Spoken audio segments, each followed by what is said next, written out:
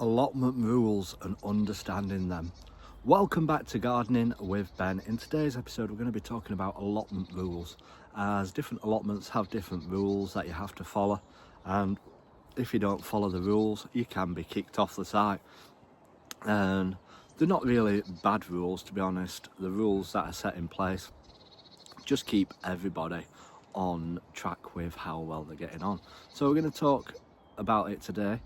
We've got his own little series what we keep posting little videos about starting an allotment and tips and advice around getting started. So in today's episode, talking about allotment rules, and our allotment has a few rules, and sometimes when you take on an allotment they'll give you a rule book so that you can actually read it and see what the rules are around on your allotment site. And they're not usually bad rules, to be honest. It's just to keep everybody in check with what they're doing. And some of the rules that we've got on our plot, on our allotment site, is that you can only have bonfires between November and April, and that is just because obviously it's got neighbours nearby and people don't want the washing smelling the smoke and stuff like that. So they say that you can burn between November and April, which is understandable. So you tend to save up all your rubbish and have a mass bonfire during the winter months, which is nice because I do love a good bonfire down here when it's cold, and I love the smell of smoke, to be honest. But yeah, I do love a good bonfire.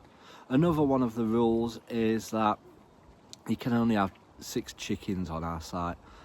We didn't used to be allowed chickens on our site, but they've changed it now and you're allowed up to 6 chickens on the site, and that's just to keep control of it and obviously not have too many down here, because 6 is ample enough and you'll get plenty of eggs from them.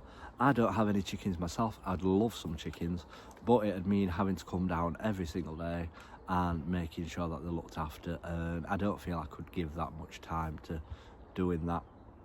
Another one of the rules is like privet hedges. You can only let them grow up to 6 foot high, which again is another rule, a good rule, because you don't want them getting out of hand, and they can get massive privet hedges, and obviously you only trim them when the birds aren't nesting, etc. So that's another one of the rules. And then there's certain important rules, like you can't have carpets on your plot because they let out toxins. When I first got my allotment site I used to use carpet all the time until I read how bad it is using carpet to suppress the weeds.